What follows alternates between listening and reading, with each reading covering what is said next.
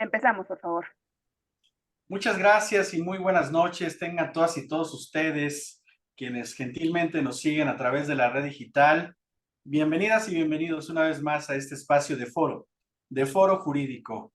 Hoy tengo el honor de recibir en esta sesión a la distancia a un querido amigo. El objetivo de esta entrevista será analizar sobre un tema de vital importancia para el siglo XXI, la participación ciudadana como garantía de la democracia. Y como ya lo anticipé, además, con un amigo, un profesionista, un hombre a quien respeto, admiro y aprecio mucho, el doctor Fernando Gesto Martínez Mansur, catedrático de la Facultad de Derecho de la UNAM y especialista en temas de democracia. A continuación me permitiré leer la síntesis curricular de nuestro invitado, quien, insisto, nos honra con su participación el día de hoy para posteriormente cederle el uso de la voz. El doctor Fernando Gesto Martínez Mansur es doctor en Derecho por el posgrado de Derecho en la UNAM, maestro en Derecho por la Universidad de Columbia en Nueva York y licenciado en Derecho por la UNAM. Es becario del Fulbright García Robles.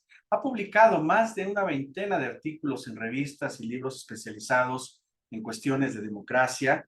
También ha impartido conferencias a nivel nacional e internacional. Se ha desempeñado como coordinador de proyecto en el Programa de las Naciones Unidas para el Desarrollo, así como en diversos cargos en el Tribunal Electoral del Poder Judicial de la Federación. Fue asesor en la misión permanente de México ante la ONU. Ha colaborado como consultor con instituciones como el Centro de Justicia Transicional de la OEA, el Instituto Nacional Demócrata, el Instituto Holandés para la Democracia Multipartidaria, el Centro de Asesoría y Promoción Electoral del Instituto Interamericano de Derechos Humanos y ONU Mujeres. Fue cofundador de Think Tank Caino y encargado del área de democracia, así como socio fundador de consultoría electoral Gesto Martínez y Asociados Consultores. Actualmente, como ya anticipé, es catedrático de nuestra querida Facultad de Derecho del UNAM. Insisto, un gran amigo y una auténtica autoridad en esta materia. Querido amigo, bienvenido y muy buenas noches. Muchísimas gracias, querido Julio César. Un gusto estar aquí en esta mesa con Foro Jurídico y compartiendo algunas ideas que espero que sean de interés para toda la audiencia. Muchísimas gracias, querido amigo. Pues sin más, si me lo permites, iniciamos con esta conversación, no sin antes agradecer, como siempre, a nuestro querido director general, el doctor Elías Huerta Pichas, por esta oportunidad una vez más en Foro Jurídico. Amigo, partamos de un interrogante central en la conversación que hoy tenemos. ¿Cuál ha sido, cuál será el rol de la ciudadanía en una democracia como la nuestra? Entendiendo que la participación ciudadana no ha sido siempre entendida como hoy la visualizamos, porque en pleno siglo XXI, además de los retos materiales o analógicos, hoy tenemos retos de carácter digital muy avanzados. ¿Cómo la calificarías en pleno siglo XXI esta participación y qué tan relevante sigue siendo para las democracias modernas? Bueno, pues antes que nada, bueno, como siempre agradecer, ¿no? La invitación y entender el tema que estamos tocando, que es fundamental, sobre todo para un año electoral en el que nos encontramos en 2024, en donde celebraremos la elección más grande de nuestra historia, en donde elegiremos a la próxima presidenta o presidente de la República, el Congreso de la Unión, el Senado, así como una infinidad de puestos de elección popular a nivel local, y en donde tenemos que tener en cuenta que la democracia no puede existir sin la ciudadanía. Sin ciudadanas y ciudadanos no hay democracia. Todo el entramado democrático, todo el entramado jurídico, las instituciones electorales, las autoridades, el sistema de partidos que tenemos, el sistema electoral, está construido teniendo como eje central a la ciudadanía. La ciudadanía debe de ser el centro de cualquier democracia. Entonces, por ello es tan relevante que haya participación ciudadana. Si los ciudadanos y las ciudadanas no participan en un proceso democrático como el de una elección, entonces podremos decir que no es un proceso exitoso. Para que sea exitoso y legítimo un proceso electoral como el que nos vamos a enfrentar en 2024, la legitimidad siempre tiene que versar sobre la participación ciudadana. Entonces, me parece que no podemos perder de vista que, si bien es cierto, tenemos este entramado jurídico robusto, ¿no? De electoral, que tenemos instituciones electorales como el INE, como el Tribunal Electoral, a nivel local tenemos a los tribunales electorales, a los OPLES. El actor principal de cualquier democracia no son los partidos políticos, sino la ciudadanía. Si la ciudadanía no participa, podemos decir que nuestra democracia no es realmente una democracia consolidada. Por eso tan relevante el rol que juega la ciudadanía en una democracia, porque es el principal actor de ella y el que la legitima. Sin ciudadanos no hay democracia. Estoy convencido de eso, además porque el concepto de democracia tradicional, dogmático, histórico, pero también material, sitúa justamente en la razón del poder del pueblo y lo que significa hoy en pleno siglo XXI a través de las y los ciudadanos, la construcción, renovación periódica del poder público en México y en muchas otras latitudes. Pero a ver, ¿cómo logramos que la gente participe, Fernando? Porque estarás de acuerdo que es una discusión muy arraigada, particularmente en nuestra democracia, una democracia que sigue con muchas variables a discusión, una democracia todavía joven, me parece, en donde hace falta mucho por andar. Quizá las elecciones más concurridas, si no me equivoco, tú me las dirás, 1994, en un momento muy complejo para la República, y la más reciente a nivel presidencial en 2018. El actual presidente de la República ganó con 30 millones de votos, un mandato muy fuerte de la ciudadanía en México con relación al poder que hoy tiene el Ejecutivo.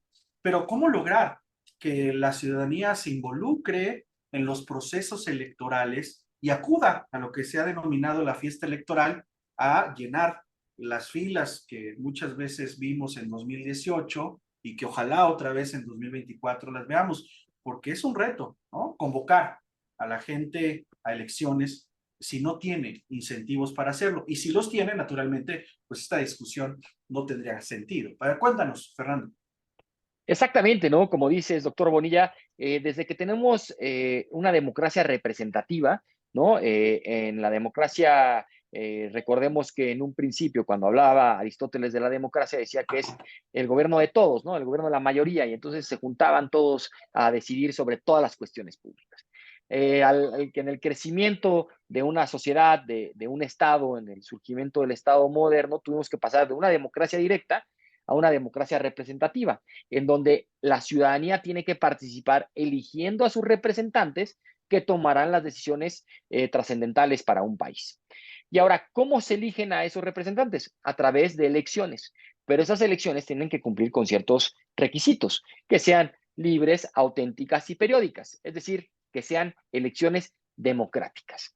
En ese sentido, es muy importante que para que realmente sea legítima una elección, para que realmente sea exitosa, pues se necesita de la mayor participación ciudadana. La ciudadanía tiene que salir a votar. Tú decías atinadamente que en la época moderna en México, la elección más concurrida fue la de 1994, en donde alrededor del 77% del padrón electoral, de la lista nominal de electores, de las personas que pueden votar, salieron a votar. En la última elección tenemos un 63% del padrón electoral que salió a votar. Son números que sin duda pues rebasan al 50%. Nos gustaría que fuera el 100% de la participación ciudadana. Sin embargo, son números que no son malos, ¿no? Son elecciones legítimas que sin duda hay una buena participación, se puede mejorar y que ojalá así sea en 2024. En 2024 tendríamos que esperar a que por lo menos más del 63% del padrón electoral o de la lista nominal de electores, que son los que pueden votar, salgan ese día, el 2 de junio, a abarrotar las casillas. Tenemos que hoy en día tenemos un padrón electoral de 100 millones, un poco más de 100 millones de personas, con 97 millones en la lista nominal de electores. Entonces estamos esperando que realmente haya pues participación ciudadana de más de por lo menos este 63% que fue en 2018. Ahora, ¿cuál es el incentivo principal de la ciudadanía para votar? Pues el principal incentivo es que estamos siendo parte de las decisiones fundamentales de nuestro país. Estamos decidiendo quiénes van a ser a nuestros representantes, ya sea ante el Congreso de la Unión, ante el Senado y sobre todo ante el Poder Ejecutivo, al presidente o la presidenta de la República, que van a llevar las riendas de nuestro país durante los próximos 6 años, en el caso de la presidencia, en el caso del Senado y los 3 años en el caso de la Cámara de Diputados. Entonces, ese debe ser el principal incentivo de la ciudadanía, es decir, estoy formando parte de las decisiones fundamentales de nuestro país. Si no participamos, entonces no estamos siendo parte. En ese sentido, siempre es importante que se fomente, se promueva la participación ciudadana, no nada más por las autoridades electorales que tienen dentro de su mandato constitucional el promover el voto, sino también entre las organizaciones de la sociedad civil, entre los distintos gremios a los que pertenecemos, la ciudadanía tiene que promover que el día 2 de junio, ¿no? El próximo 2 de junio, las casillas estén abarrotadas para que nuestra elección sea históricamente la que tenga mayor participación ciudadana. Ojalá que podamos superar ese 77% de 1994. Y que se convierta en lo que tradicionalmente ya muchos pensadores, incluso novelistas en Latinoamérica han escrito, una fiesta de la democracia el día de la jornada electoral. Ahora, Fernando, como tú sabes, la construcción de nuestra democracia ha sido muy diversa y muy compleja. Coincidas conmigo que 1977 es la piedra de toque que apertura una nueva forma de entendimiento de la democracia en el país y va configurando a lo largo de su camino una nueva forma de entender no solamente las instituciones en clave democrática, sino la propia participación ciudadana, la diversificación de la competencia electoral y a todo el modelo que hoy tenemos y que se ha convertido en un sistema nacional de elecciones. ¿Qué significado tienen hoy las autoridades electorales en la República frente a la participación ciudadana? ¿Vamos bien? ¿No vamos tan bien? Se dijo con el IFE del año 2000 que México ya había alcanzado un grado de madurez en democracia. ¿Tú qué piensas? ¿Cómo estamos? ¿Cuál es tu balance actual?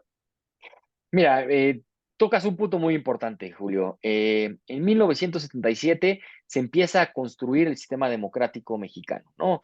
En el México independiente habíamos tenido estas épocas de caciques, estas épocas de simulación de elecciones, esta lucha por el poder de caudillos, ¿no? Que no podemos hablar de una democracia real. En 1977 se empieza a construir, porque esto y no es una construcción de la noche a la mañana.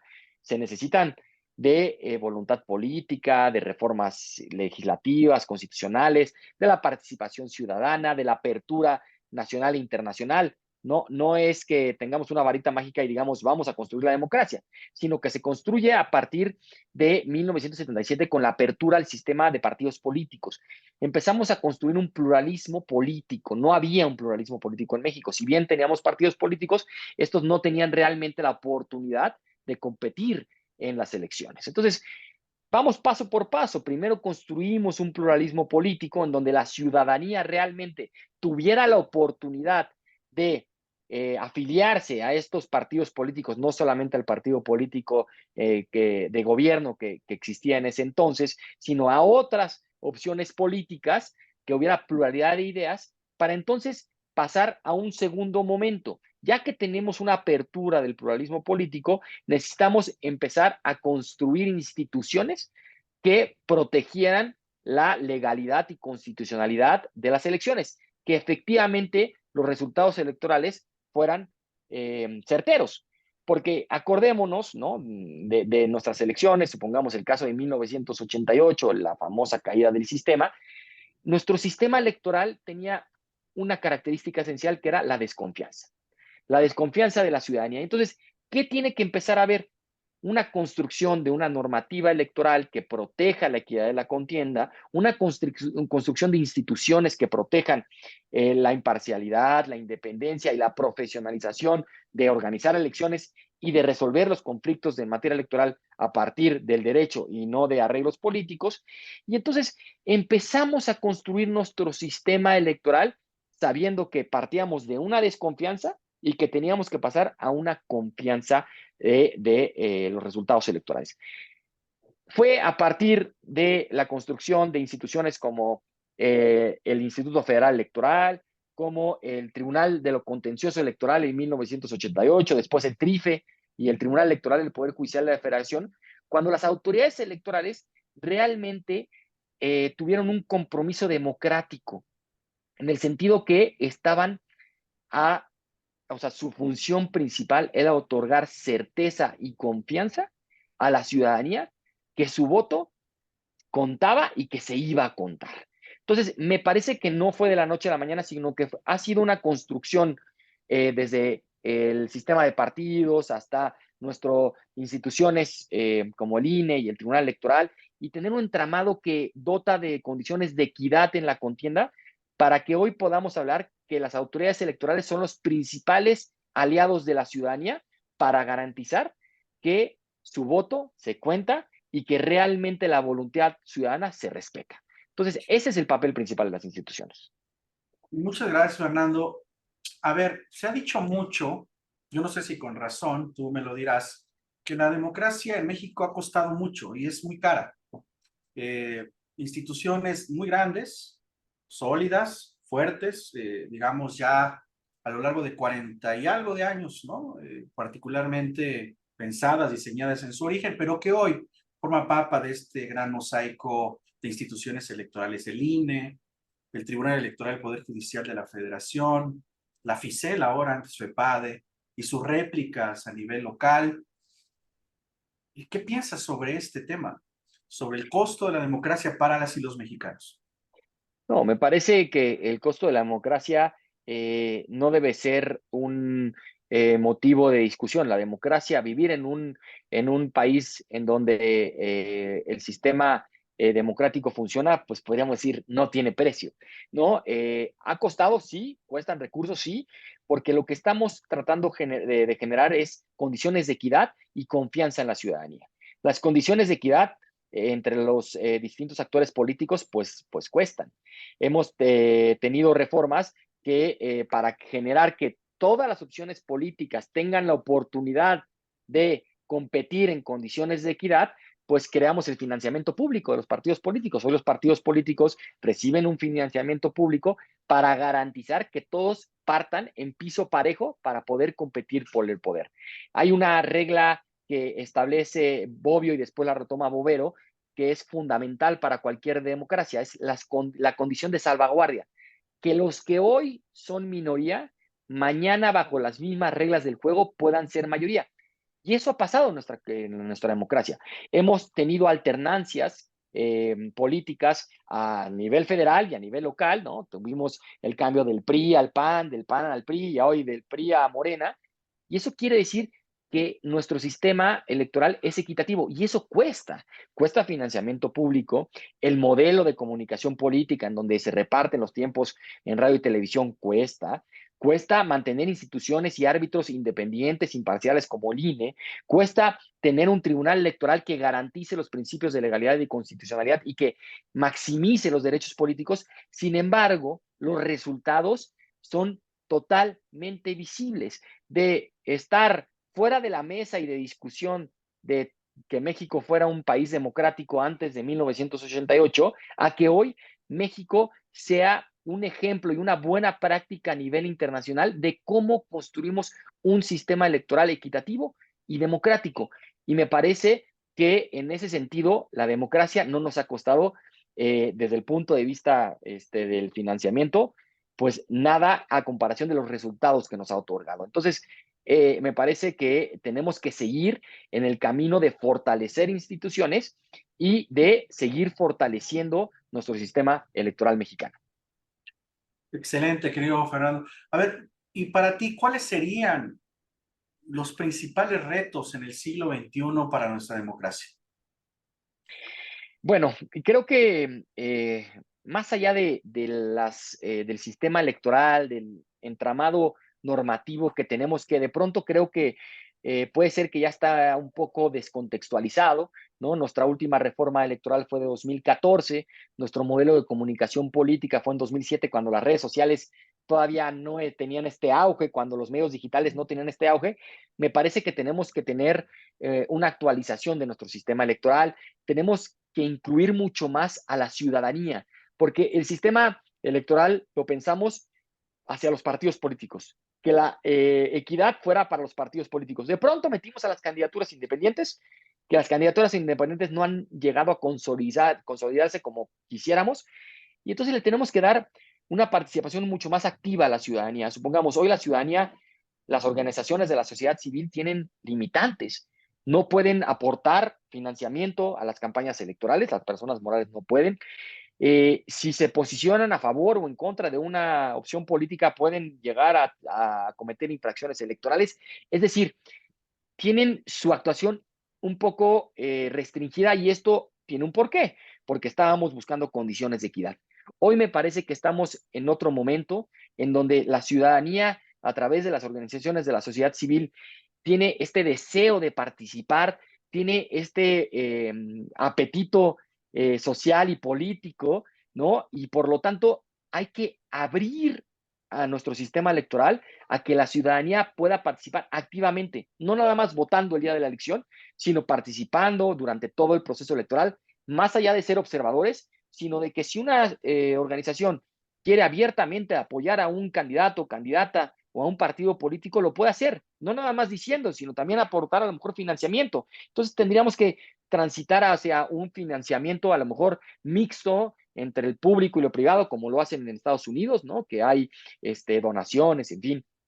Pero creo que hacia eso tenemos que transitar, y sobre todo también transitar hacia no poner más trabas a nuestro sistema electoral, sino que nos enfoquemos en la construcción de ciudadanía, en construir demócratas. Hoy la principal falencia o debilidad de nuestro sistema electoral es que nuestros actores políticos no actúan con responsabilidad democrática.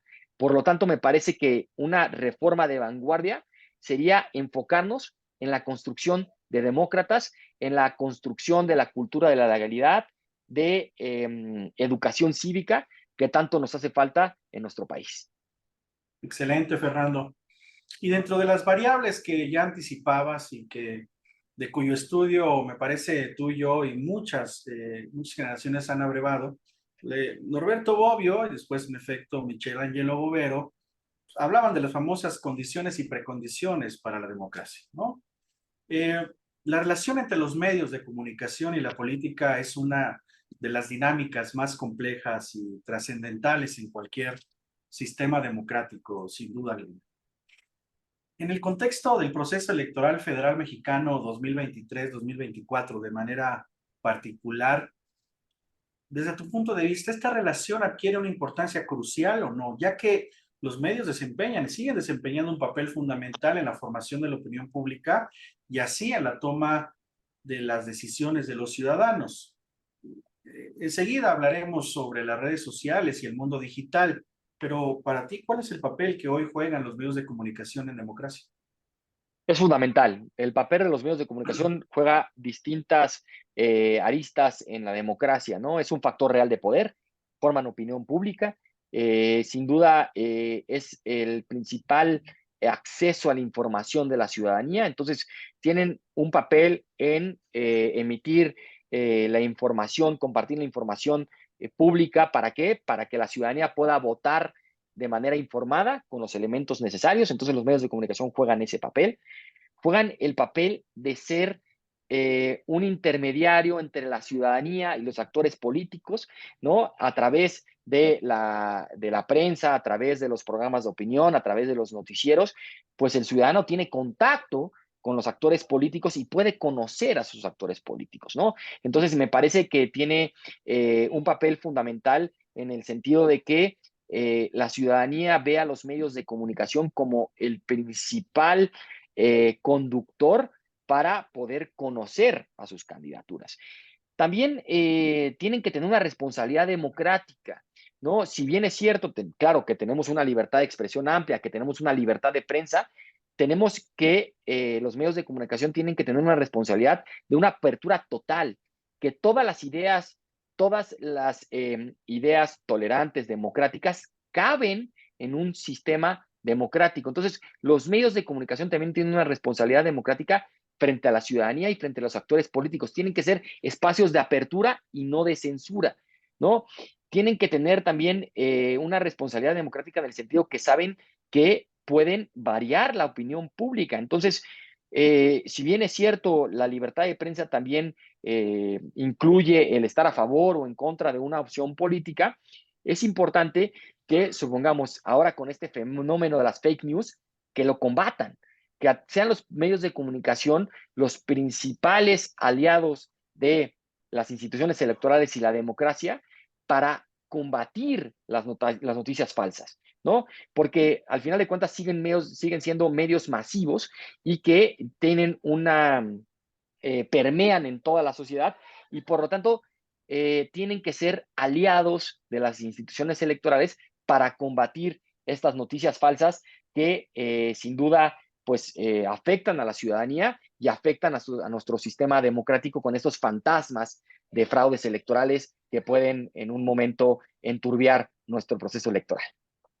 Ahora vuelvo con este tema, querido Fernando, porque sí, las fake news son un fenómeno a escala nacional, regional e internacional que ha afectado mucho a muy diversas democracias en el mundo. Bueno, recordarás sin más el caso del Cambridge Analytica, que ya se volvió un clásico, ¿no? Y cómo justamente la administración indebida de datos personales, vinculado con una estrategia de fake news, afectó a la democracia en Estados Unidos. Pero regreso con eso porque me parece que este análisis en el que tú estás, donde se califica nuestra democracia moderna y que tú la has situado en el principio de la participación ciudadana, y yo agregaría informada, los ciudadanos deben tener acceso a información precisa y relevante para tomar decisiones políticas fundamentadas durante las elecciones y para evaluar también las acciones de sus representantes en el gobierno. Es aquí el papel crucial que juegan los medios de comunicación a propósito de Bobbio y Bovero, porque justamente ellos trataban en estas precondiciones de la democracia o condiciones democráticas tener digamos, una posibilidad amplísima en la diversidad de opiniones en medios de Claro. comunicación. Ahora, históricamente los medios de comunicación han sido considerados como el cuarto poder en la democracia, ya que tienen la capacidad de vigilar, cuestionar y fiscalizar justamente estos procesos, en donde se expresan opiniones y se promueve la diversidad de punto de vista.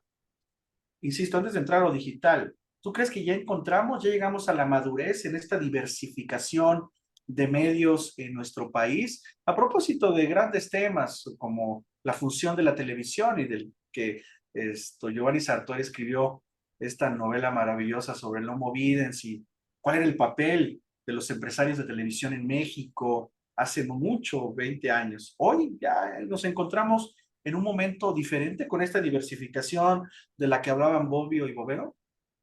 Pues me parece que todavía no hemos llegado a la madurez necesaria, ¿no? O sea, los medios de comunicación siguen jugando un papel preponderante en nuestro país, en nuestra democracia, para bien o para mal, pero todavía no hemos logrado llegar a esa madurez desde los intereses económicos, porque al final de cuentas sabemos que los medios de comunicación, pues al final de cuentas son negocios y tienen que tener una salud financiera y que pues siempre los intereses económicos pueden mover a los medios de comunicación, pero también me parece que en el momento en el que vivimos en México, el contexto actual, la libertad de prensa se ha visto mermada, ¿no? Vemos ahí los datos sobre, lastimosamente, sobre los homicidios a los periodistas, ¿no? En donde tenemos una tasa importante, relevante, de manera negativa sobre la libertad de prensa y que sin duda se debe de proteger.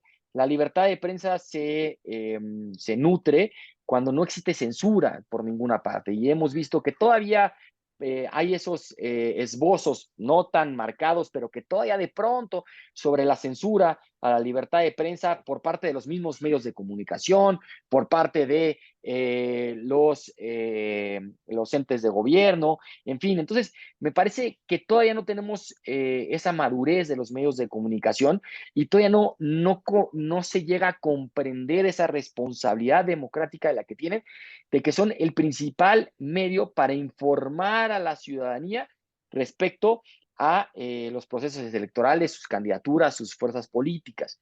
Y entonces también debe de existir una responsabilidad democrática de los actores políticos frente a los medios de comunicación. Saber que los medios de comunicación son la principal vía para llegar a la ciudadanía y, por lo tanto, pues debe de existir este entendimiento, este diálogo permanente entre los tomadores de decisiones y los medios de comunicación, siempre en un entorno de libertad y nunca buscando una censura y sabiendo que lo que hacen puede tener una influencia directa a los resultados electorales, ¿no? No estoy diciendo que tenemos que tener medios de comunicación totalmente imparciales, totalmente neutrales, porque también juegan un papel. Tenemos distintas ideas, ¿no? Distintos periódicos que algunos sabemos que tienen una tendencia hacia o a la derecha, hacia el centro, hacia la izquierda. Eso está bien, es sano una democracia, pero lo que tenemos que tener es apertura para que todas las ideas que se consideren democráticas quepan en nuestro sistema y que los medios de comunicación las difundan. Excelente, excelente, querido Fernando. Ahora sí, en lo digital, en esta era en la que vivimos, esta relación entre medios, democracia, participación ciudadana informada, se ha amplificado y sofisticado, estarás de acuerdo. La información en este momento en el que tú y yo estamos conversando fluye a través de múltiples plataformas en línea, permitiendo un acceso más rápido y amplio a la información política. Las redes sociales, los sitios de noticias en línea, los blogs ciudadanos, se han convertido en actores clave en la difusión de información política y en la formación de la opinión pública, como ya muy bien habías anticipado. Y como en la mayoría de las áreas de nuestra actividad como personas, la era digital también nos ha traído consigo una serie de ventajas y posibilidades en relación con la democracia y los medios de comunicación. He identificado algunas, tú me dirás algunas más. Mayor accesibilidad, la información política ahora está al alcance de un clic. La interacción directa, ¿no? Las redes sociales permiten a los ciudadanos interactuar directamente con los actores políticos e institucionales. Un tema de rendición de cuentas. Los medios digitales pueden ser herramientas también efectivas para materializar este compromiso. Pero tú ya habías señalado algún, y con ello la movilización política y la participación ciudadana, que es parte de este tema y que tú eres un especialista, ¿no? Las redes sociales han demostrado ser poderosas herramientas para movilizar a la ciudadanía en torno a causas políticas y sociales, facilitando la organización de protestas y manifestaciones, pero también de participación pública, ¿no? Recordemos la primavera árabe, por señalar algún tema. Pero también existen retos y riesgos. Ya dijiste, la desinformación y las fake news. La proliferación de noticias falsas y desinformación en línea, ¿qué representan? Socavan la confianza de los ciudadanos en la información política y distorsionan el proceso democrático. ¿Qué tenemos que hacer frente a este fenómeno tan desafortunado que ha cobrado ya muchas facturas a escala internacional? Pues mira, doctor Bonilla, sin duda que vivimos en una era en donde las redes sociales son la principal fuente de información de la ciudadanía. Hoy, en vez de tener que esperar al noticiero de las 8 de la noche o al periódico del día siguiente, pues podemos tener la información de momento a momento. En el momento que está pasando ya tenemos eh, información disponible en las redes sociales, en los medios digitales, ¿no? Y eso creo que es un beneficio para la ciudadanía, ¿no? Tener la información en el momento. No tenemos una regulación de las redes sociales. Es una discusión que se está llevando a nivel mundial sobre si tenemos que regular o no las redes sociales, sobre el tema de combatir las noticias falsas, sobre el tema de los bots, ¿no? En Estados Unidos se ha, pues, esta discusión en torno a redes sociales como Facebook, como Twitter, ahora X, ¿no? qué función tienen y qué riesgos tienen ante la ciudadanía y ante una democracia. La primavera árabe se dio principalmente por el tema de las redes sociales y en nuestro país ya lo vivimos, ¿no? Esa campaña de El INE no se toca fue básicamente promovida a través de las redes sociales y vimos que sí tuvo una relevancia importante en nuestro país, tan es así que no se fraguó ni el plan A ni el plan B a partir de la Suprema Corte, en fin, pero que una movilización ciudadana importante a través de redes sociales que tuvo una incidencia en los tomadores de decisión. Entonces, ¿las redes sociales juegan un papel preponderante en nuestro país hoy en día? Sí. ¿En nuestra democracia? Sí.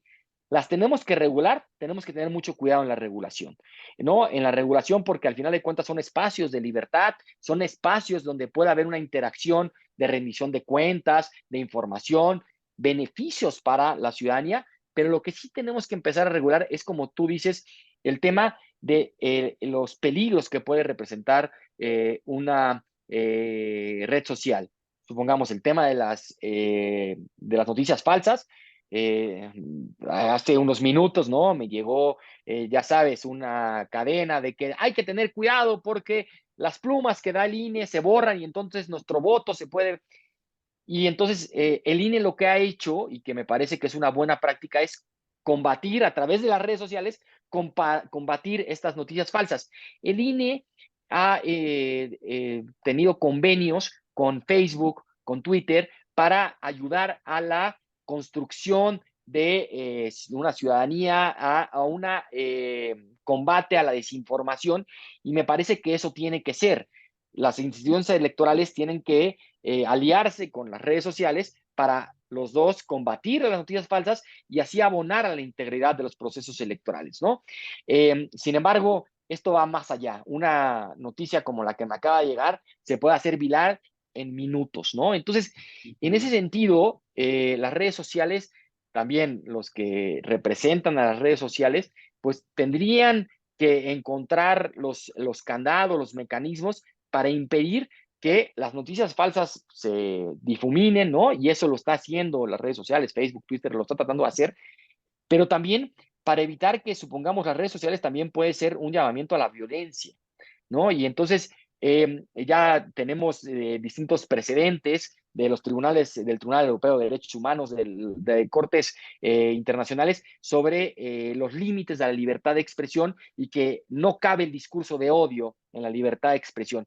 Tenemos que empezar a que las redes sociales se vuelvan responsables en evitar que sean un medio para incitar a la violencia. Lo vimos en Estados Unidos, ¿no? Después de la elección de 2020, con este toma del Capitolio, que nunca lo habíamos visto en la democracia más añeja del mundo, que se tambaleó, y esto fue también movido por las redes sociales. Entonces, tenemos que también empezar a integrar a las discusiones democráticas a las redes sociales y saber que las redes sociales llegaron para quedarse y por lo tanto hay que sacar el mayor beneficio de ellas, pero tratar de impedir que se vuelvan una herramienta que vaya en contra de los principios democráticos. Acabas de dar en un tema central, querido Fernando, eh, de debate profundo y serio, ¿eh? Sobre libertad o seguridad en Internet. Yo hasta no hace mucho estaba comprometido igual que tú con la libertad en Internet, pero después de ver fenómenos como el asalto del Capitolio, de ver fenómenos como el Brexit, de ver fenómenos como el voto a no a la paz en Colombia, de ver fenómenos como lo que sucedió en la elección de Lula y Bolsonaro en Brasil, lo que sucedió no hace mucho con el plebiscito constitucional en Chile. Eh, Está bien, es un área de libertades y se tiene que proteger la libertad, pero muchas veces la seguridad también está comprometida. Y la seguridad no solamente de los actores políticos, sino de la propia estabilidad social o institucional de una nación. Tú acabas de citar este caso del Capitolio. Seguridad o libertad, porque, y me parece que no es una falsa dicotomía, tenemos que empezar o tenemos que continuar con esta discusión, porque en México, en efecto, tenemos que actualizar nuestra normativa en materia político-electoral para hacer frente a estos grandes retos. Hoy, la Sala Regional Especializada del Tribunal Electoral del Poder Judicial de la Federación y la Sala Superior han emitido sendos criterios en materia de regulación de redes sociales y del espacio digital, pero me parece que no se puede quedar solamente en el margen de la interpretación. El legislativo y los poderes de la Unión tienen que hacer frente a este reto para generar, si no quieres, no apostar por libertad o seguridad, pero sí generar balances que le permitan a las y los ciudadanos participar en elecciones partiendo de un punto central, Fernando: participación ciudadana informada o debidamente informada, ¿no? Libre. Bueno, tú eres el experto en estos temas, mi querido Julio, pero me parece que también es muy relevante, ¿no?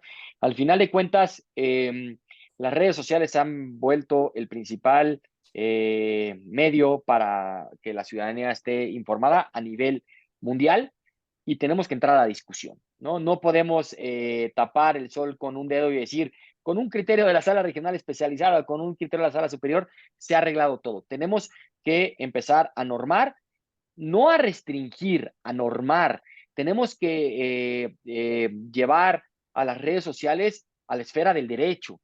Vivir en un Estado de Derecho quiere decir que todas y todos nos regimos bajo la normativa. Y en eso, entonces, las redes sociales tienen que tener una normativa. Esa es la convivencia, esa es la función del derecho, ¿no? Regular la conducta del ser humano en sociedad.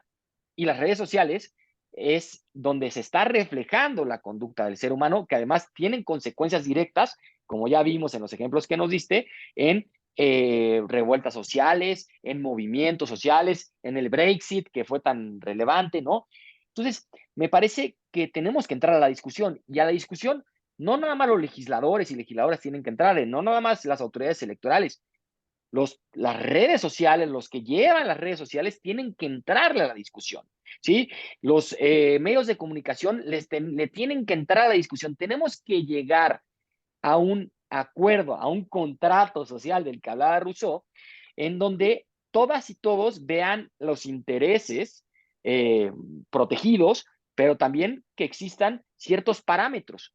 No hablamos de restricciones, sino de parámetros, porque si no, como ya hemos visto, esto se nos puede salir de las manos y pues puede afectar no nada más al sistema democrático, ¿no? Al sistema electoral, sino incluso a la seguridad nacional de un país, ¿no? Incluso a eh, pues la cotidianidad de la ciudadanía, ¿no? A partir de expresiones violentas o que puedan poner en riesgo la seguridad de una persona, amenazas que se dan en las redes sociales. Entonces, me parece que es una discusión que tenemos que tener ya a nivel nacional, a nivel mundial se está empezando, pero que las redes sociales no se van a ir, ¿no? Los medios digitales no se van a ir y los tenemos que llevar a, al camino del derecho, como siempre lo hemos hecho en una sociedad, para poder seguir viviendo en una sociedad armónica.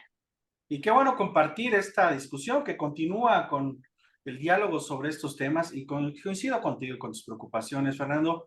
Lo hemos discutido en otros foros, tanto público y privado. No, no, naturalmente tenemos que generar equilibrios. No estoy proponiendo un tipo de regulación tipo chino, ruso o de muchos países musulmanes que además ni siquiera son democracias. Pero también tenemos que generar equilibrios en materia de libertades y seguridad para los ciudadanos en el modelo democrático occidental, si tú lo quieres ver así, para ir perfeccionando muchas variables que hoy están en riesgo desde mi perspectiva en materia democrática. Quiero hacer un alto, si me lo permites, para agradecerle a toda la audiencia, queridos y queridos amigos que nos están observando a través de la red digital, escuchando sobre este debate desde Oaxaca, Veracruz, Tamaulipas, aquí en Coyoacán, en Yucatán, en Baja California, en fin. Muchísimas gracias a todas y todos los que nos siguen a través de la red digital, y por sus comentarios tan amables y que nos llenan también de mucha satisfacción por compartir estos espacios. Insisto a nuestro director general, el doctor Elías Huerta, por permitirnos una vez más compartir este espacio. Saludos a don Gerardo Valente, a Miriam Rodríguez, a Rubén Zapico, en fin, a todos los que nos siguen a través de la red digital. Continuando en esta línea, a partir de esta provocación inicial sobre la participación ciudadana en democracia, Fernando, ya dijimos hace un rato, fluye como nunca antes y en todos sentidos información de todo tipo, en cantidades inimaginables, una inmensa velocidad, Muestra de ello es el texto que acabas de recibir, seguramente por WhatsApp, seguramente, o Twitter, no lo sé. Nos conectamos y nos desconectamos durante el día, compartimos, replicamos, planteamos, promovemos, desarrollamos y defendemos ideas o las atacamos. El espacio digital es también, por cierto, un espacio donde, como ya se dijo aquí, la violencia ocurre más a menudo de lo que creemos y trasciende de lo digital a lo material y viceversa. Tomamos partido, nos declaramos neutrales respecto de cuestiones políticas, económicas, sociales, artísticas, ambientales, la justicia, lo moral y lo que consideramos que califica como bueno, como malo, entre muchas otras cosas. Y Fernando, esto lo hacemos sobre la base de mensajes, incluso en un número limitado de caracteres, ahora con antes Twitter, ahora X, ¿no? Y nos posicionamos entre lo ingenuo y lo escéptico, de modo estratégico, conforme a nuestras visiones y vemos lo que queremos ver en ellas. Y ese es otro fenómeno muy actual de nuestras democracias, las famosas burbujas de filtro, generadas por las redes sociales, que no te permiten amplificar el debate y solamente ves en el espacio digital lo que quieres ver, Claro. ¿no? ¿Qué representa? Yo creo, tengo la impresión confirmada de que es uno de los principales retos en democracia, ¿no? No, totalmente, ¿no? El famoso algoritmo, ¿no? El algoritmo que llevan las redes sociales, que tú le das seguir a una persona que comulga con tus ideas y a partir de eso, pues te van a salir otros 100 perfiles que van a comulgar con tus ideas. Entonces, entras en una burbuja, ¿no? En esta burbuja que dices, todos piensan igual que yo. Y entonces ahí es un riesgo, ¿no? Porque estamos hablando que las redes sociales son una oportunidad para un pluralismo de ideas, sin embargo, estoy leyendo solamente comentarios que están alineados a lo que yo pienso y entonces ahí no existe una contrastación de ideas. También es un riesgo la intolerancia que se ve en las redes sociales, ¿no? O sea, hoy las amenazas que se llevan en las redes sociales, el tema, en materia electoral se tiene que meter mucho el Tribunal Electoral en temas de violencia política de género, ¿no? Que se ha dado por redes sociales, ¿no? Entonces, están siendo también una amenaza para otro tipo de libertades. Me parece que ahí el algoritmo, pues, combatir el algoritmo es complicado, ¿no? Es complicado porque, pues al final de cuentas, con el tema de la inteligencia artificial, con el tema de cómo funciona el manejo de datos, ¿no? Si tú estás en cierto lugar, en cierta colonia, ya te pueden empezar a etiquetar hasta con tus movimientos físicos de hacia dónde vas, a qué lugares visitas, te empiezan a bombardear las redes sociales con publicidad sobre eso. Me parece que estamos en un riesgo de llegar a una ceguera de taller, ¿no? O algo así se podría llamar, y también a exaltar la intolerancia, porque entonces cuando empezamos a ver opiniones que no son las mismas que nosotros podemos reaccionar de manera hasta un tanto violenta, ¿no? Hasta un tanto de violencia verbal, de violencia simbólica, psicológica, en fin. Y esto es un riesgo, ¿no? Y otro riesgo que también veo con este tema de que vivimos en las redes sociales, vivimos en el mundo digital, además de los datos personales que se pueden utilizar de una manera ilegal, sin consentimiento y todo eso que tú no me podrás explicar mejor, pues me parece que estamos también creyendo que la participación ciudadana se limita a las redes sociales, ¿no? Hoy creemos que participar es poner un tweet de 140 caracteres y con eso estamos participando y cumpliendo contra la responsabilidad ciudadana, porque el ciudadano no nada más es tener derechos, sino también obligaciones.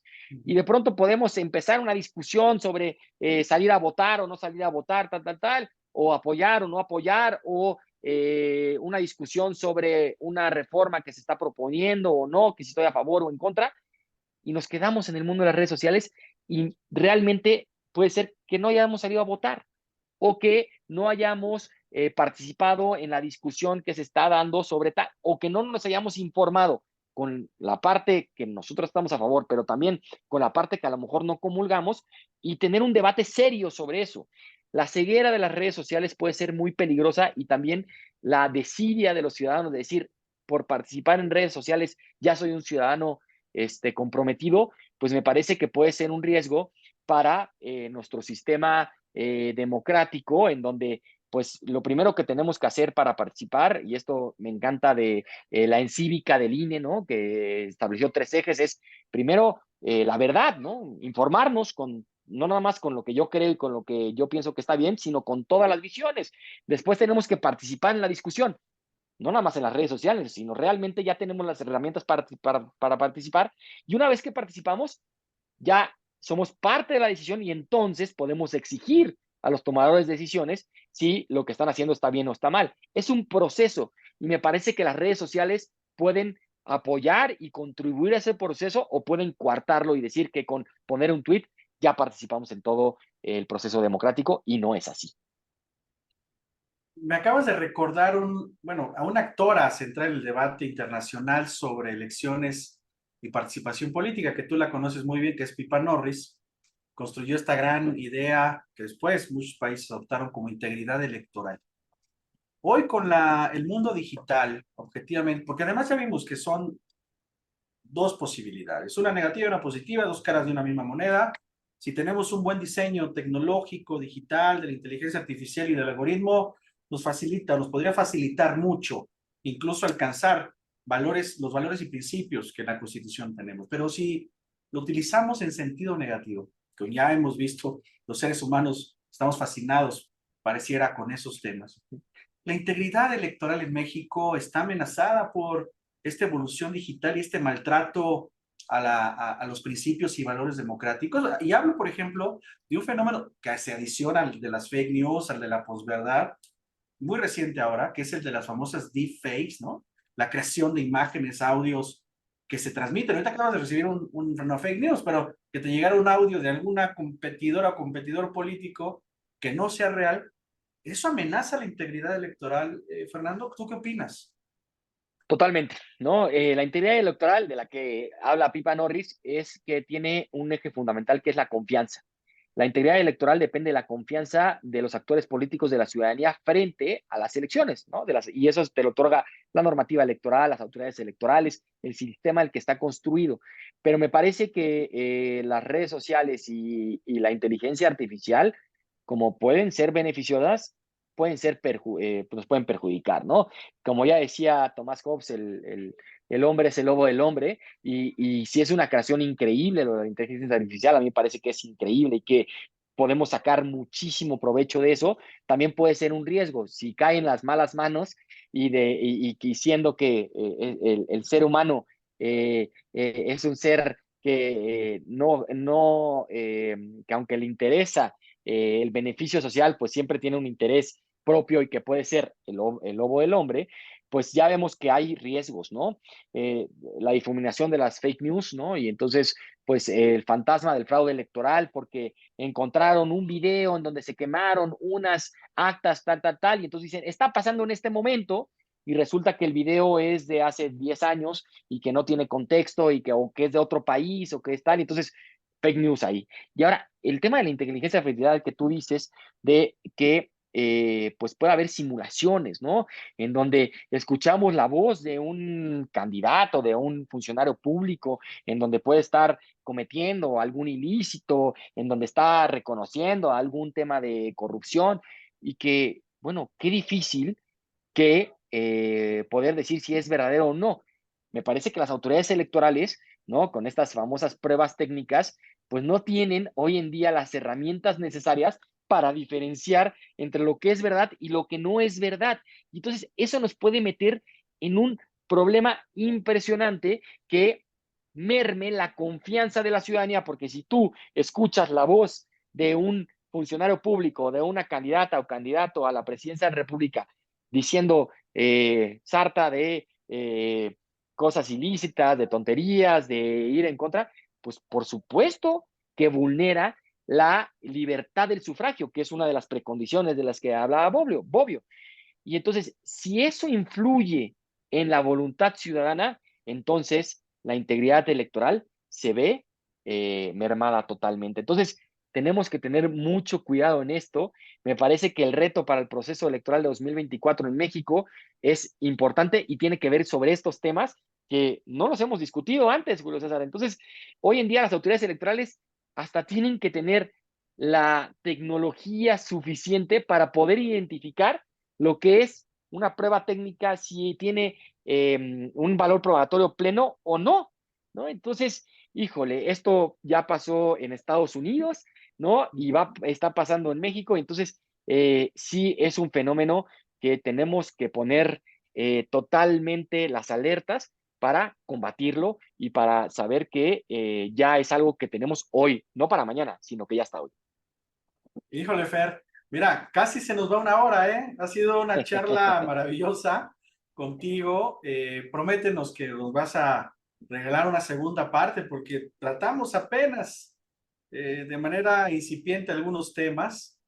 Ya ustedes habrán acreditado que es un experto en esta materia y naturalmente habrá que conversar más profundamente sobre otras variables que se quedaron en el tintero el día de hoy. Así que te quiero comprometer, Fer, para que tengamos un segundo encuentro contigo. Y ese segundo encuentro tiene que ver también con el origen de esta conversación. ¿Cuáles serían los retos, pero también los remedios para todos estos elementos que hemos analizado? Desde mi punto de vista, sería necesario diseñar, no sé tú, estrategias para construir un nuevo tipo de capital cívico en el momento mediático contemporáneo.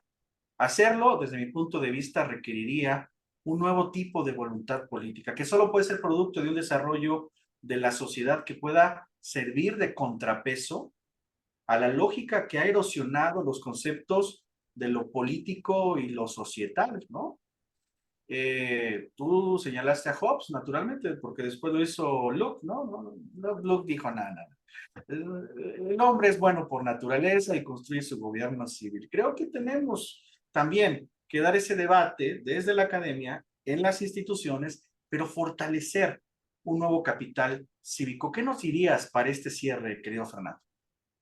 No, bueno, antes que nada agradecer a Foro Jurídico, agradecerte, Julio César, por esta invitación. Ha sido de verdad, pues, un honor participar y una delicia de plática, ¿no? De tantos temas que hay sobre estos, sobre nuestra democracia, sobre los retos, sobre las debilidades, sobre las fortalezas. Pero, pues, me gustaría una reflexión final que siempre me gusta terminar, ¿no? La democracia necesita demócratas.